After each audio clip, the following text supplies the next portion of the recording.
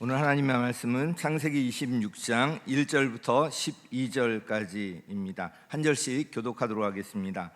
일찍이 아브라함 때 그 땅에 흉년이 든 적이 있는데 이삭 때에도 그 땅에 흉년이 들어서 이삭이 그랄의 블레셋 왕 아비멜렉에게로 갔다. 이집트로 가지 말아라. 내가 너에게 달라고 한 이 땅에서 살아라. 내가 이 땅에서 살아야 내가 너를 보살피고 너에게 복을 주겠다. 이 모든 땅을 내가 너와 너의 자손에게 주겠다. 내가 너의 아버지 아브라함에게 맹세한 약속을 이루어서 너의 자손이 한데 별처럼 많아지게 하고 그들에게 이 땅을 다 주겠다. 이 세상 모든 민족이 네 씨의 덕을 입어서 복을 받게 하겠다. 이것은 아브라함이 나의 말에 순종하고 나의 명령과 나의 계명과 나의 율례와 나의 법도를 잘 지켰기 때문이다. 그곳 사람들이 이삭의 아내를 보고서 그에게 물었다. 그 여인이 누구요? 이삭이 대답하였다. 그는 나의 누이요. 이삭은 그는 나의 아내요 하고 말하기가 무서웠다. 이삭은 리브가가 예쁜 여자이므로 그곳 사람들이 리브가를 빼앗으려고 자기를 죽일지도 모른다고 생각하였기 때문이다.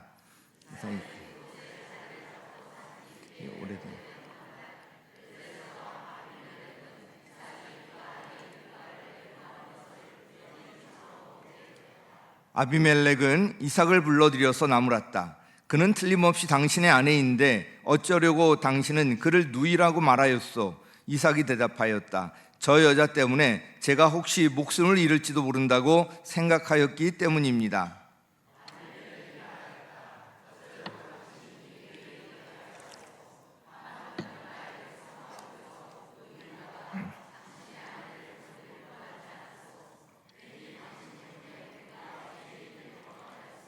아비멜렉은 모든 백성에게 경고를 내렸다. 이 남자와 그 아내를 건드리는 사람은 사형을 받을 것이다. 함께 읽습니다.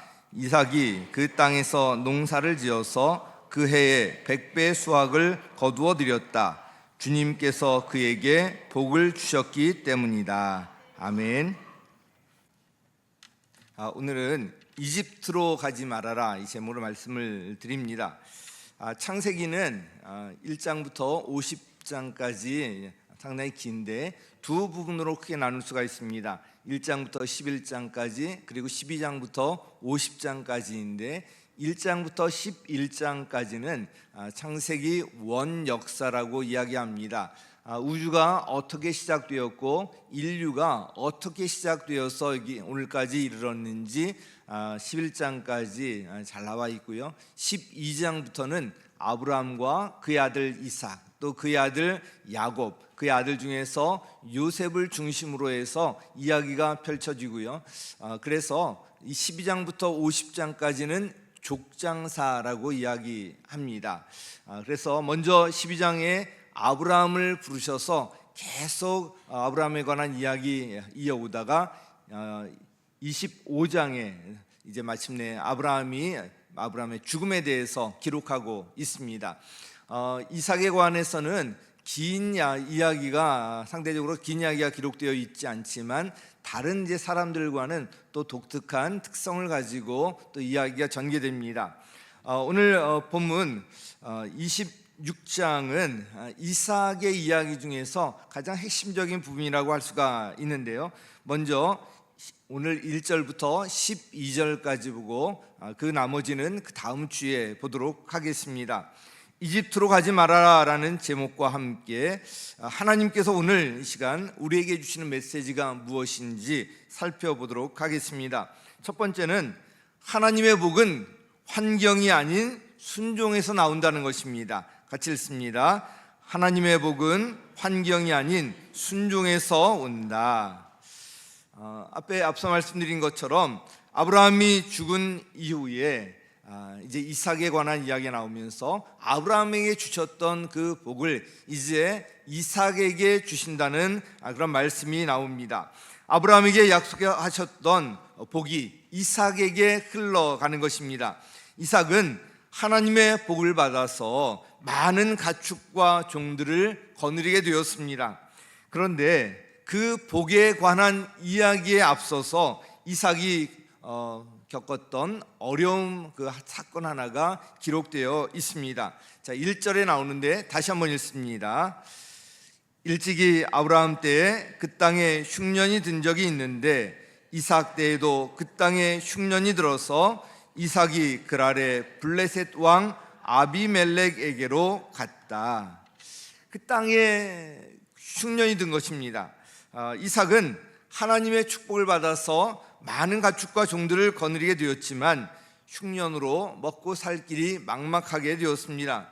심한 가뭄이 들면요, 가축을 먹일 물도 없고 목초지조차 모두 말라버리게 되면 사실 답이 없습니다.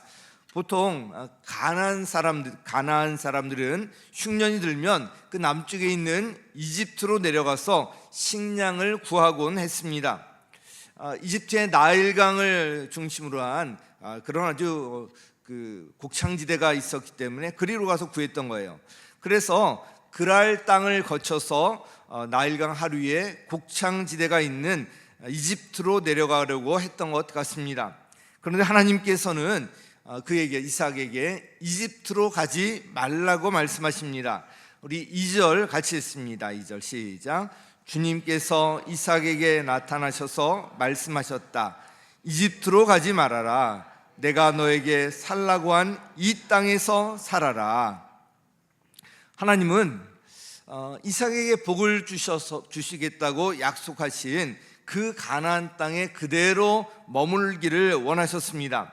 그래서 이삭이 그랄의 이 블레셋 땅 왕에게 갔을 때 하나님께서 나타나셔서 이집트로 가지 말라고 말씀하셨던 것입니다.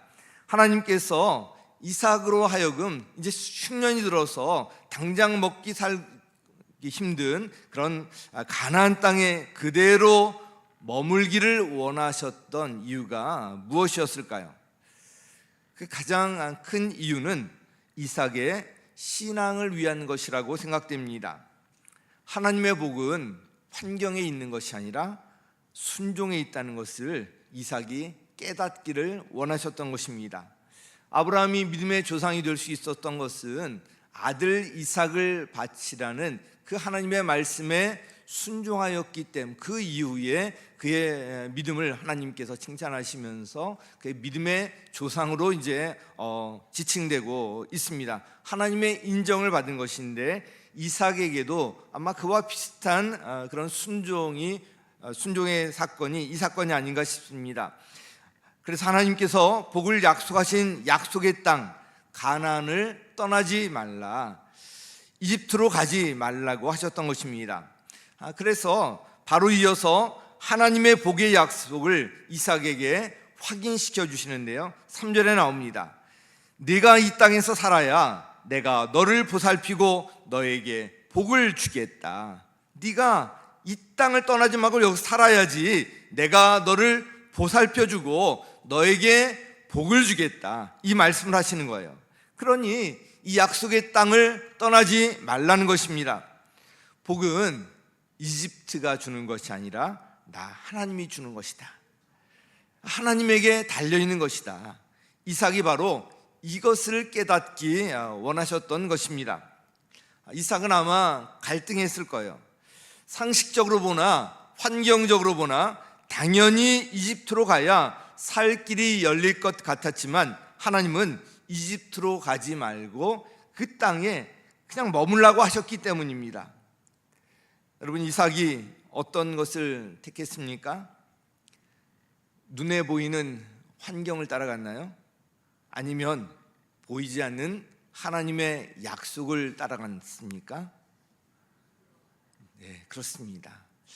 이삭이 자기 생각대로 했나요? 아니면 하나님의 말씀에 순종했나요? 네, 맞습니다. 이삭은 당장 눈에 보이지는 않지만 하나님의 약속의 말씀을 따라서 순종의 길을 택했습니다. 6절 말씀 우리 다 함께 읽겠습니다. 6절 시작. 그래서 이삭은 그랄에 그대로 머물러 있었다. 우리 다시 한번요. 시작. 그래서 이삭은 그랄에 그대로 머물러 있었다. 아멘. 짧지만 우리에게 강렬한 메시지를 주는 구절입니다. 이삭은 하나님의 말씀을 가볍게 여기지 않았어요. 경히 여기지 아니하고요, 하나님의 말씀을 중하게 여기고 그 말씀을 따릅니다. 본문을 단순화하면 이렇게 정리할 수 있을 것 같아요. 하나님께서 이집트로 가지 말아라 말씀하셨을 때 그래서 이삭은 그랄에 그대로 머물러 있었다. 이 아브라함도 그렇지만 이삭 역시 그 위대함이 바로 여기에 있었습니다. 아브라함이나 이삭이나 하나님 앞에 순종의 사람이었습니다. 때로는 믿음의 선조들답지 않게 자신의 아내를 누이라고 속이는 이런 연약한 모습을 보이기도 했지만, 그들은 하나님의 말씀에 순종할 줄 아는 믿음의 사람이었던 것입니다. 하나님께서는 바로 이런 순종을 기뻐하십니다. 사실 성경 전체가 순종과 불순종에 관한 이야기라고 해도 과언이 아닙니다. 최초의 사람 이 아담의 불순종으로 인해서 인류는 죄 가운데 살아야 했고요, 죄로 인해서 하나님과의 관계가 단절되었고요, 그 어떤 희망도 없는 완전 절망의 상태에 놓여 있었습니다. 그러나 예수님께서 이 땅에 오셔서 십자가에 달려 죽기까지 순종하심으로써 인간 모든 문제의 근원에 있는 죄와 죽음의 문제를 해결해 주셨고요, 단절되었던 하나님과의 관계가 회복될 수 있는 길, 구원의 길이 열리게 되었습니다. 그래서 그 길을 따라서 저와 여러분이 이 자리에 있는 것입니다. 이처럼 하나님께서는 그 무엇보다도 우리의 순종을 기뻐하십니다. 성경 자체가 순종과 불순종, 또 신명기가 아주 두드러지게 이 말씀을 하고 있죠. 흉년이 들었을 때도 그 땅에 그대로 머물기로 결정하는 것은 쉬운 일이 아니었습니다. 그러나 이삭은 하나님의 말씀에 순종했는데요, 이것이 바로 믿음이에요. 내 생각은 이렇지만 하나님의 말씀이 이렇기 때문에, 하나님의 뜻이 이렇기 때문에 내가 따르겠습니다. 이게 바로 순종이에요. 이집트로 가지 말라는 하나님의 말씀에 순종했던 이삭은 이후에 어떻게 되었을까요? 우리 12절 말씀 같이 읽습니다. 시작. 이삭이 그 땅에서 농사를 지어서 그해 100배 수확을 거두어 드렸다. 주님께서 그에게 복을 주셨기 때문이다. 아멘. 이삭이 몇 배의 수확을 거두었다고요? 2배도 아니고 3배도 아니고 10배만 해도 엄청난데 몇 배요? 100배. 이 예배에 참석하신 여러분, 주님으로부터 100배의 복을 받으시기 바랍니다. 네. 이삭이 그러면 이 100배의 수확을 얻을 수 있었던 이 비밀이 어디에 있었을까요? 주님께서 그에게 복을 내려주셨기 때문이에요. 그러니까 하나님이 복을 부어주실 때는 이게 감당이 안 될 정도입니다.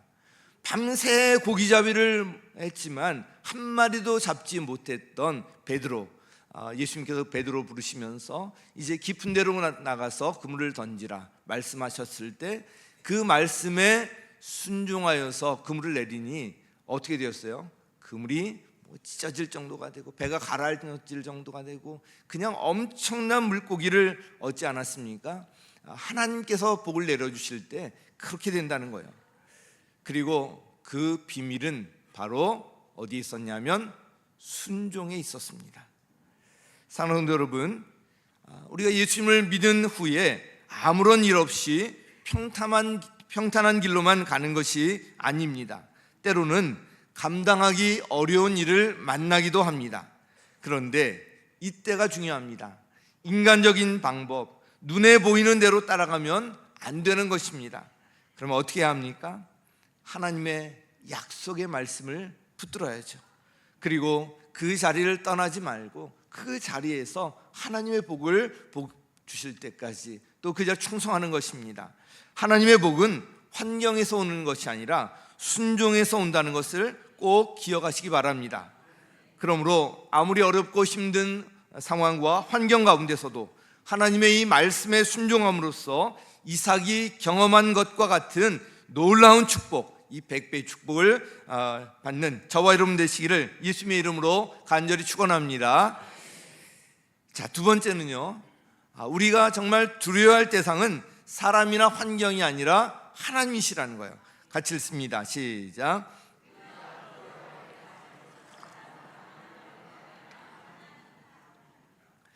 자, 그랄 땅에 머무르면서 이삭은 아버지 아브라함이 저질렀던 것과 같은 어처구니 없는 그런 실수를 저지릅니다.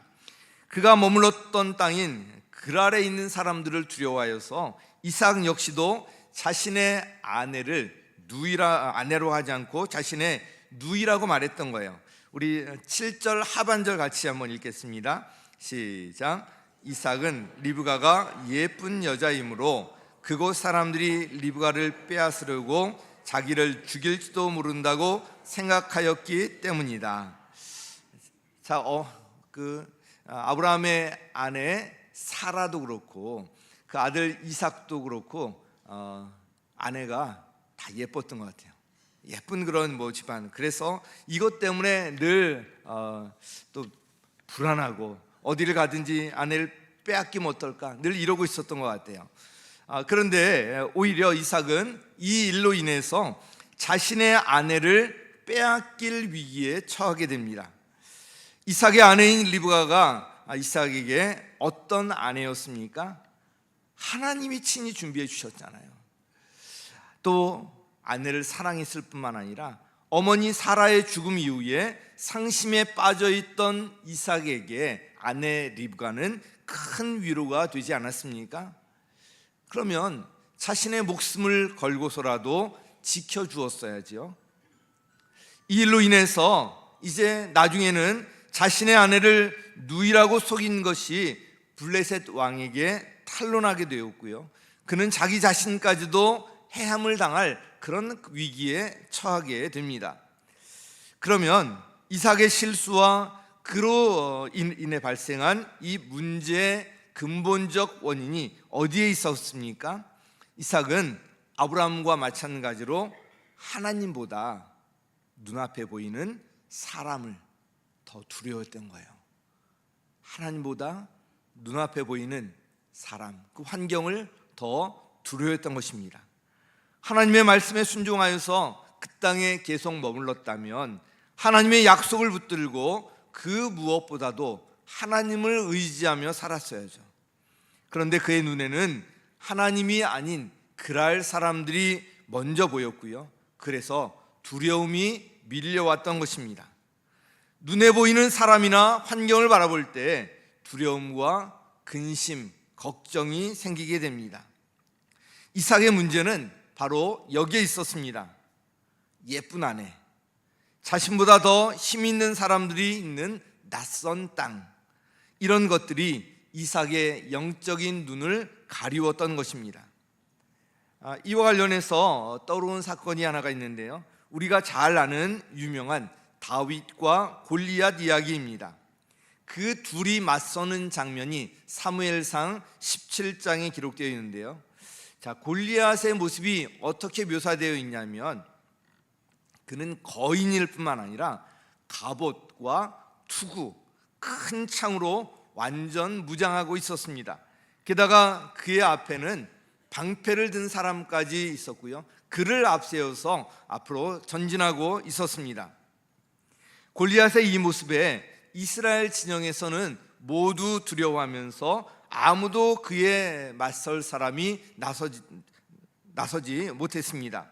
그런데 아버지의 심부름으로 마침 전장에 나가 있는 형들에게 음식을 전하러 갔던 이 다윗이 그 골리앗이 그렇게 하고 있는 그 광경을 보게 되었고요, 그래서 다윗이 나섭니다.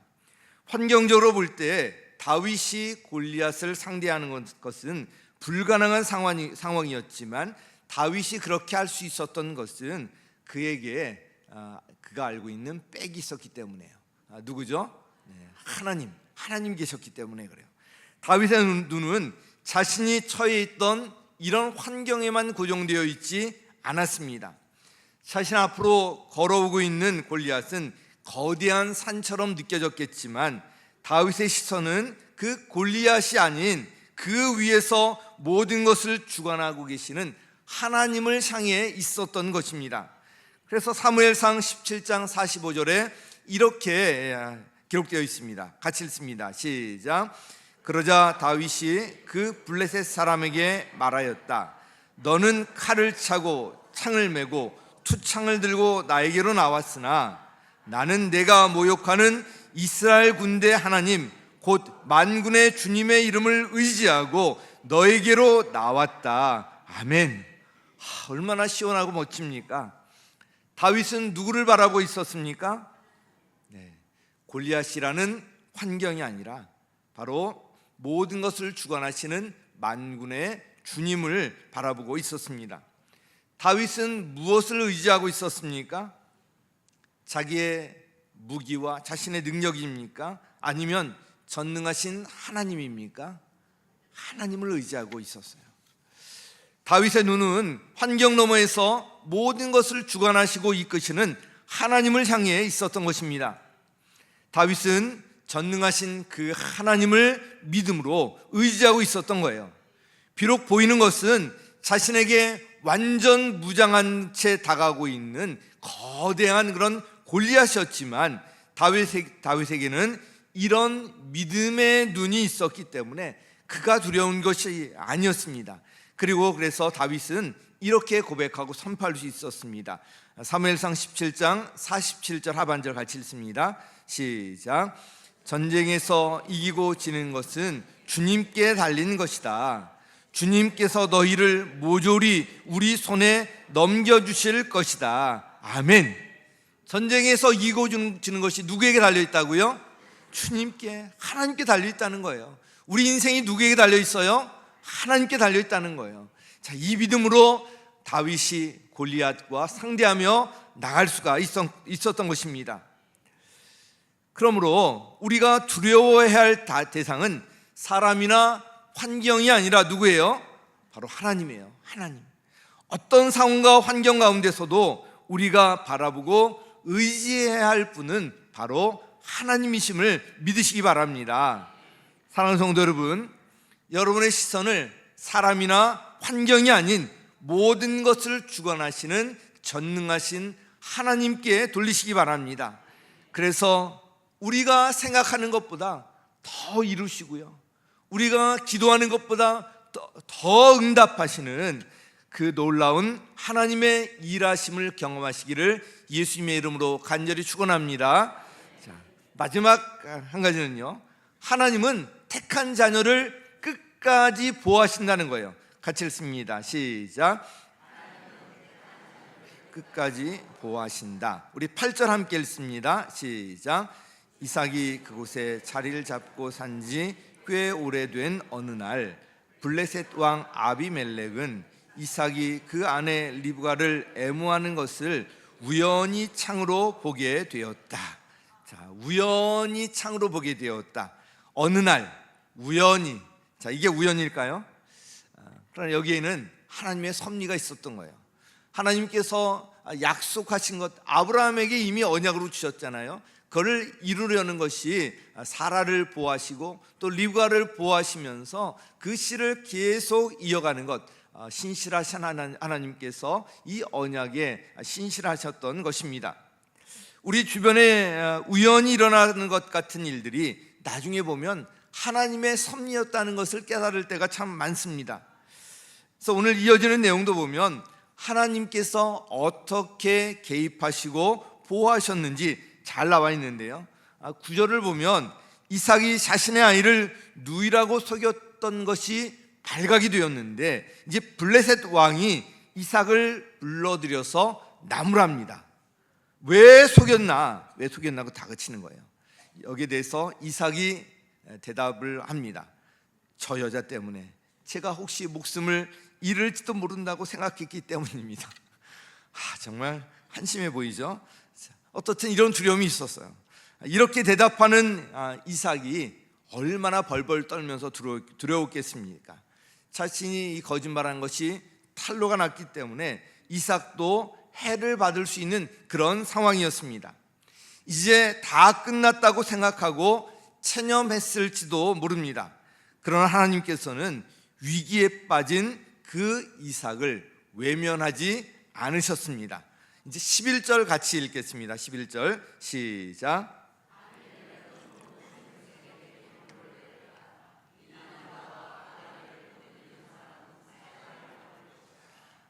놀랍지 않습니까? 이 자기 백성들에게 이 남자와 그 아내를 건드리는 사람은 어떻게 해요? 사형을 당할 것이다. 완전히 철저히 보호하는 그런 명령을 내리는데요, 아주 극적인 반전이 일어난 거예요. 블레셋 왕 아비멜렉은 하마터면 큰일 날 뻔했다고 하면서 오히려 이삭과 리브가를 보호하는 명령을 내렸던 것입니다. 하나님께서 도우시면 이런 생각지도 못한 놀라운 반전이 일어나게 되는 것입니다. 아내를 누이라고 속인 후에 자신의 아내를 블레셋 사람에게 빼앗길까봐 이삭은 얼마나 불안하고 아내에게 얼마나 미안하고 자책이 되었겠습니까? 속인 사실이 발각되었을 때에는 또 얼마나 두려웠겠습니까? 그런데 하나님이 개입하시자 이삭은 이 모든 불안과 두려움이 일시에 해결되는 놀라운 축복을 경험하게 됩니다. 이집트로 가지 말라는 하나님의 말씀에 순종했던 이삭은 자신의 연약함 때문에 비록 실수를 저지르지만 하나님께서는 이삭을 끝까지 보호하셨고요, 약속하신 것을 끝까지 이루어 가시는 것을 보게 됩니다. 하나님께서는 하나님께 순종하며 의지하는 당신의 자녀들을 끝까지 보호하십니다. 할렐루야. 자, 이 복이 옥수교회를 떠나지 않을 때 여러분의 가정과 일터와 모든 삶의 현장에 이르기를 예수님의 이름으로 간절히 축원합니다. 멀리 이사 가지 마세요. 이곳에 그냥 여기서 여기가 이제 하나님의 약속의 복의 장소라고 믿고 버티시는 거예요. 이와 관련해서 한 구절 읽고 설교를 마무리하겠습니다. 이사야 41장 10절 개역개정 성경 우리 같이 읽겠습니다. 같이 시작. 두려워하지 말라, 내가 너와 함께함이라. 놀라지 말라, 나는 내 하나님이 됨이라. 내가 너를 굳세게 하리라. 참으로 너를 도와주리라. 참으로 나의 의로운 오른손으로 너를 붙들리라. 우리 다시 한번 읽겠습니다. 시작. 두려워하지 말라, 내가 너와 함께함이라. 놀라지 말라, 나는 내 하나님이 됨이라. 내가 너를 굳세게 하리라. 참으로 너를 도와주리라. 참으로 나의 의로운 오른손으로 너를 붙들리라. 아멘. 오른손은 능력의 손이거든요. 능력의 손으로 붙들겠다고 말씀하고 있습니다. 이 말씀이 저와 여러분에게 주시는 하나님의 음성으로 들리기를 예수님의 이름으로 간절히 축원합니다. 자, 오늘 이집트로 가지 말아라, 이 제목으로 이에 대한 이삭의 순종과 관련해서 세 가지 말씀을 드렸습니다. 첫째로, 하나님의 복은 환경이 아닌 어디서요? 순종에서 나오는 거예요. 순종에서 나오는 거예요. 둘째로, 우리가 두려워해야 할 대상은 환경이나 사람 환경이 아니라 누구예요? 하나님이에요. 그리고 하나님께서는 택한 자녀를 어떻게 해요? 끝까지 보호하십니다. 사랑하는 성도 여러분, 무엇보다도 하나님의 말씀에 순종하고 하나님을 믿고 의지함으로써 하나님의 이런 놀라운 축복을 경험하며 사시기를 예수님의 이름으로 간절히 축원합니다.